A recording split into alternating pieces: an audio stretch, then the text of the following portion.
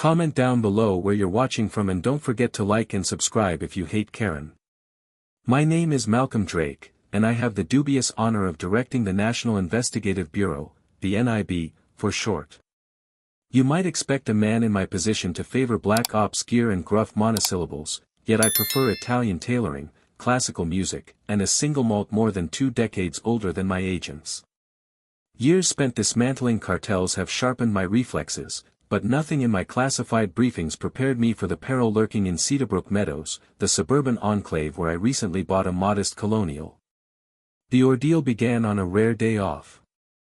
After months of battling web bots and stock shortages, a brand new Zenith Box GX, the most coveted gaming console on Earth, finally rested beneath my television. My plan was blissfully simple: queue up Apex Grand Prix, decimate virtual opponents, and single-handedly finance the local pizza joint's retirement fund. That plan dissolved the moment the doorbell chimed. There, flanked by meticulously trimmed boxwoods, stood Cordelia Maplethorne, president of the Cedarbrook Meadows Homeowners Association. Cordelia's pressed coral blazer, polished pearls, and posture reminiscent of minor royalty announced her before she spoke. Hovering half-hidden behind her skirts was her 12-year-old son, Felix, eyes wide with gamer's longing. "Director Drake," Cordelia began, sweetener coating every syllable, "I understand you've acquired a Zenith Box GX?" I inclined my head. "Indeed, Mrs. Maplethorne. It arrived this morning." "Splendid. Felix is simply desperate for one, and supply chains have been so uncooperative. Naturally, the fair solution is for you to part with yours." There it was, the entitlement fairy, wand held high. "I beg your pardon." "Oh, I won't impose," she cooed, producing a crisp $1 bill as though unveiling a winning lottery ticket. "A generous offer, considering you've already enjoyed the excitement of opening the box." I suppressed a laugh. "Mrs. Maplethorne, I believe a digit or two is missing from your figure." Her smile stiffened. "You misunderstand. A frivolous toy of this magnitude distracts from Cedarbrook's character. Imagine the effect on property values." So this wasn't about Felix, it was about Cordelia's need to curate the neighborhood narrative. I straightened my lapels. "With respect, my console will remain exactly where it is." The saccharine glaze cracked. "Director Drake, I insist." And I politely decline. I closed the door with measured calm, but my instincts buzzed. Cordelia Maplethorne wasn't the type to retreat gracefully. Somewhere behind those pearl studs a siege engine was already cranking to life. I exhaled, rolled up my sleeves, and returned to the Zenith Box. A few laps of digital racing would quiet my mind, at least until Cedarbrook's would-be monarch unveiled her next move. For 3 glorious hours, the roar of turbo engines in Apex Grand Prix drowned every thought of HOA politics. I'd forgotten Cordelia Maplethorne entirely, until a sound outside shattered my focus. It wasn't a siren so much as a toy kazoo trapped in a garbage disposal, crescendos wobbling off-key. Peering through the blinds, I glimpsed a vehicle that defied logic, a sunflower yellow golf cart, its plastic roof festooned with fairy lights, the word Cedarbrook Meadows HOA Enforcement Unit stenciled in Comic Sans across the side. 2 men exited with theatrical gravity. The tall, spindle-limbed one sported a name tag, Oscar Crane, and an expression of perpetual surprise. His cohort, Dwight Hobbs, was barrel-chested with a walrus mustache that twitched like an impatient barometer. Both wore navy polos tucked into khaki shorts that valiantly battled circumference. Perched atop their heads were baseball caps, HOA logo glued on at crooked angles. Oscar cleared his throat. "Director Malcolm Drake?" His voice cracked mid-name. "I am he," I replied through the screen door. Dwight puffed out his chest. "Sir, by authority of Section 41, subparagraph Epsilon, Clause 9 of the Cedarbrook Meadows bylaws, you are officially in violation for possession of unapproved technological equipment." He produced a laminated sheet, triumphant. My eyebrow ascended. Unapproved technology. Oscar nodded vigorously. The Zenith Box GX emits frequencies. Property values could plummet. And the penalty? I asked, more amused than annoyed. A fine of $300, Dwight announced, and immediate confiscation of the offending device. Cordelia's fingerprints were all over this. Yet the spectacle possessed a comedic magnetism too delicious to halt. I unlatched the door. "Gentlemen, please, come in. We can handle this civilly." Inside, I noted their surreptitious glances. Marble entryway, framed commendations from foreign heads of state, a discreet but obvious security camera blinking in the corner. Oscar swallowed hard. "Nice place. Perks of government service," I said lightly. "The Zenith Box rests in the living room. Shall we?" They marched with counterfeit bravado, their polyester pockets squeaking. The console gleamed upon a walnut stand like contraband treasure. Dwight circled it warily. Heavier than I expected. Next-generation components, I supplied. Oscar consulted a tiny notepad. "Procedure requires us to restrain the violator prior to seizure." From a pouch he removed 2 plastic zip ties, the translucent kind used to bundle extension cords. I lifted my wrists with theatrical resignation. "Do your duty." The ties pinched but hardly restricted movement. Still, the symbolism delighted me. If Cordelia sought pageantry, I would grant her an opera. As they wrestled power cords free, I withdrew a phone from my jacket inner pocket. Unbeknownst to them, military-grade encrypted. I thumbed a single number. "Agent Natalie Harper," I murmured when the call connected. "Would you and a discreet team swing by Cedarbrook Glen? Bring exterior cameras. You'll understand when you arrive." Oscar and Dwight had managed to wedge the Zenith Box beneath Dwight's arm, beads of sweat formed on his forehead. I guided them back outside, zip ties dangling like limp bracelets. The golf cart's rear compartment was clearly too small, prompting a bungee cord improvisation worthy of slapstick cinema. A neighbor across the street paused mid-rose pruning, gaping. Curtains twitched. Word was spreading fast. I reclined against my porch rail, wrists still bound. "Officers, ever wonder whether Ms. Mapplethorne's edicts hold up beyond Cedarbrook's picket fences?" Oscar's brow furrowed. "Rules are rules." "Indeed," I smiled. A low hum announced the approach of a matte black SUV, government plates, tinted windows. The cavalry had made record time. Oscar followed my gaze, color drained from his cheeks. Dwight stopped fumbling with the bungee cord, mouth ajar. "Well," I said, savoring the turn of the tide, "shall we greet some real enforcement professionals?" The golf cart's fairy lights flickered uncertainly in the midday sun as the SUV door opened and polished dress shoes hit the asphalt.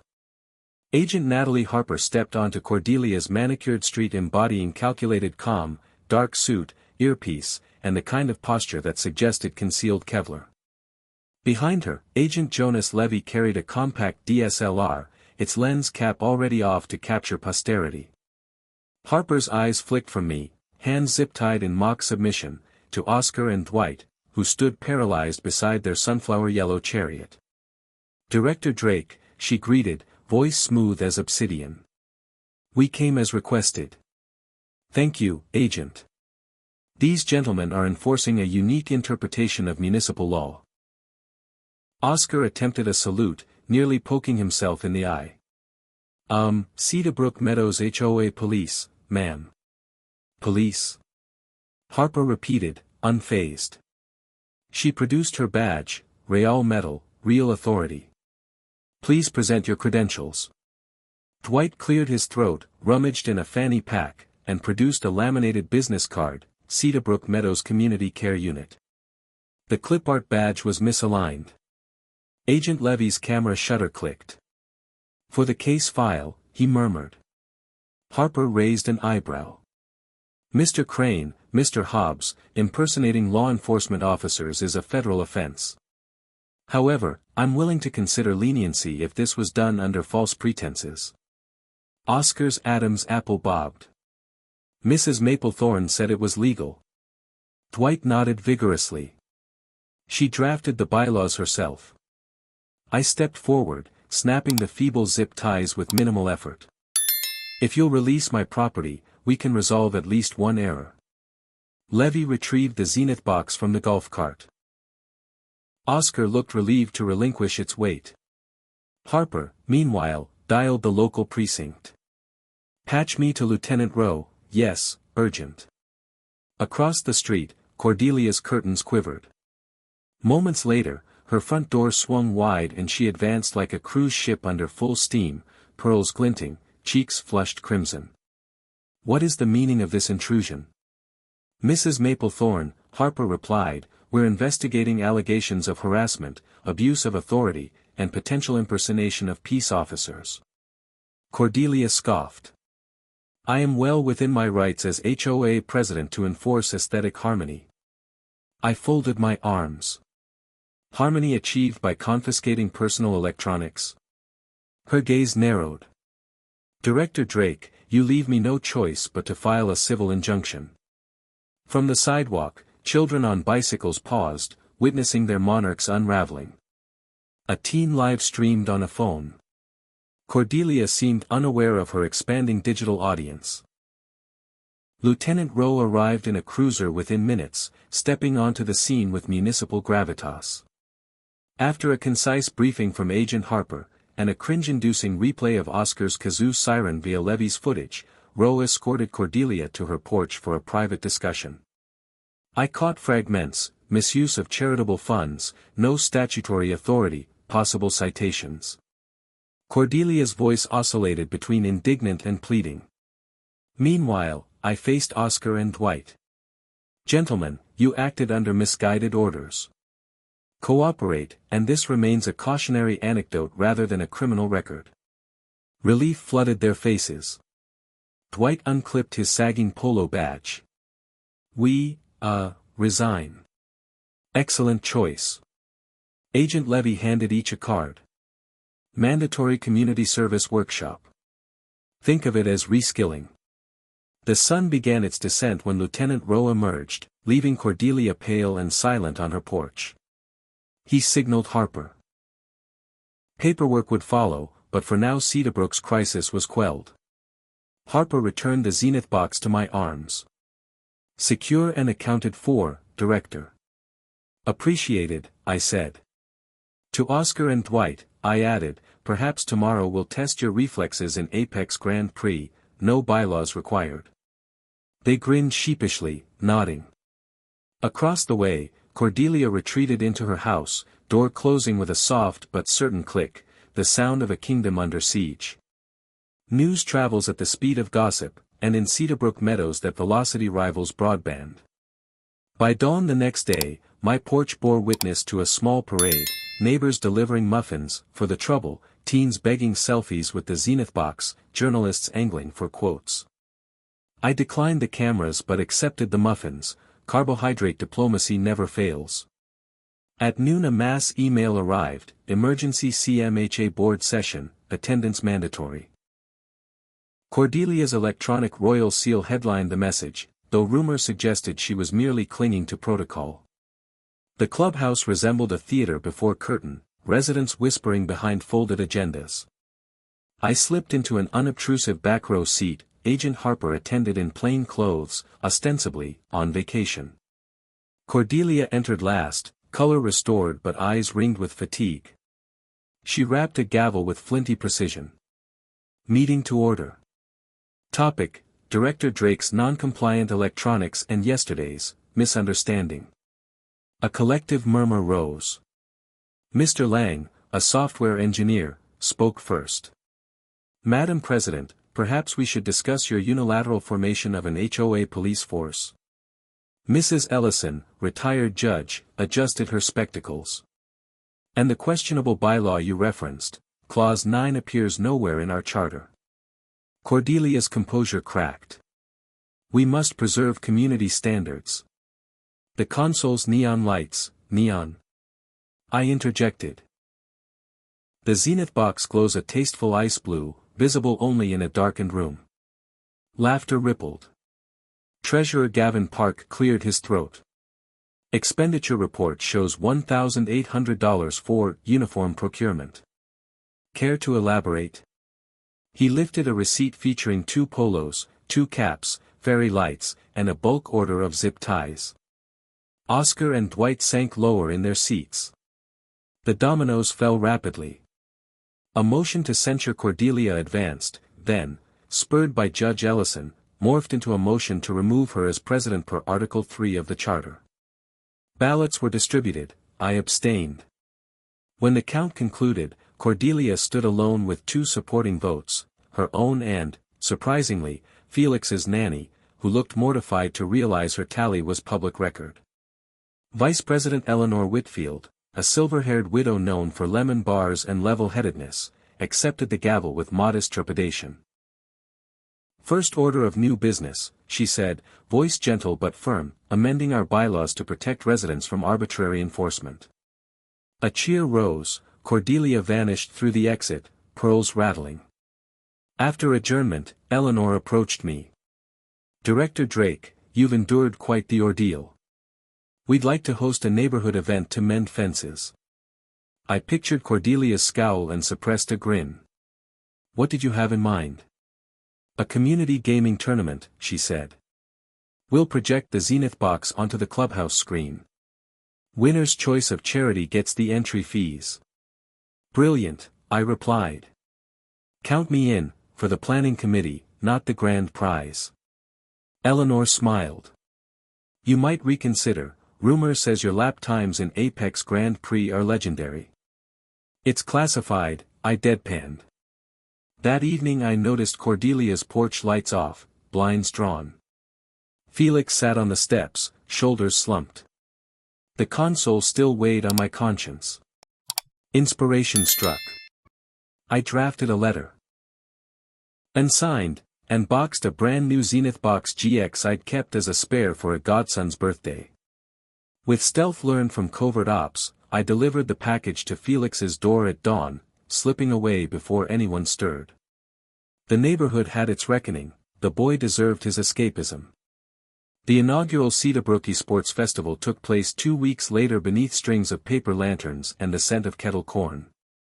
Eleanor Whitfield, sporting a sky blue t-shirt emblazoned Level Up for Charity, greeted every participant personally. The clubhouse projector cast the Apex Grand Prix track onto a screen big enough for the back row to feel each hairpin turn. Oscar and Dwight vied in the first heat, their former HOA polos replaced by matching volunteer crew badges.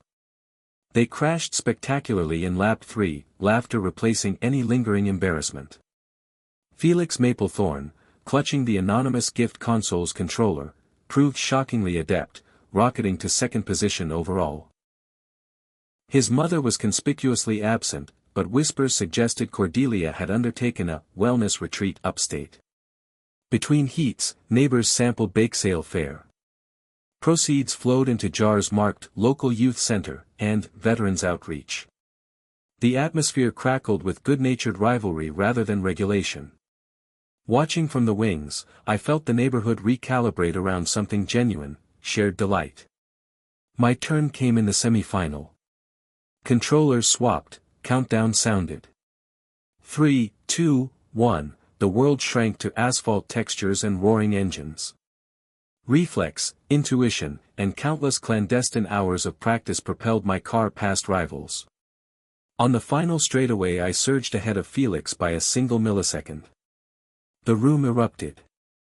He grinned, unbothered, already plotting rematch strategies. Eleanor announced totals, over $5,400 raised. Applause thundered. She then unveiled a bronze plaque for the clubhouse lobby. In honor of community spirit and the reminder that rules serve people, not the reverse. My cheeks warmed, I pretended to study the ceiling lights. As cleanup began, Felix approached. Director Drake, Mr. Drake, did you leave that Zenith box at my house? I gave a conspiratorial shrug.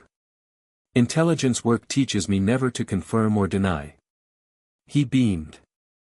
Mom still thinks Santa upgraded his tech division. Thanks. We bumped fists, classified handshake. Night settled over Cedarbrook Meadows, lanterns swaying like gentle satellites. The festival had rewritten the HOA's social code more effectively than any bylaw: connection through play, not pressure. Weeks passed, equilibrium held. Cordelia returned, noticeably subdued. She planted hydrangeas along her walkway, perhaps therapy through horticulture. She waved once, I waved back. Détente achieved. Oscar and Dwight became fixtures at neighborhood events, their gadget siren repurposed as the starting cue for charity fun runs, sans kazoo distortion. Eleanor's calm leadership nurtured transparency, financial statements appeared online monthly, sparkling with clarity. One humid Saturday, I lounged on my porch, Zenith box controller idle. A delivery van stopped. The driver handed me a parcel addressed in elegant cursive, to Director Drake, "Thank you for reminding Cedarbrook who we can be." Inside lay a glass paperweight encasing a miniature sunflower yellow golf cart. Beneath it, Cordelia's signed note, "Apologies are stronger when cast in crystal." I set the paperweight beside my single malt. Perhaps redemption, like property values, can rise when cultivated.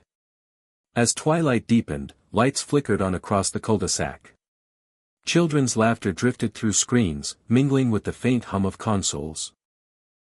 Somewhere, a homeowner practiced a kazoo rendition of the national anthem, by choice, this time. I smiled and powered up the Zenith box. The loading screen's ice blue glow painted the room. In the calm that followed Cedarbrook's tempest, I recognized a truth I'd overlooked amid global threats: sometimes the hardest battles are fought on quiet streets, with HOAs, hydrangeas, and humility.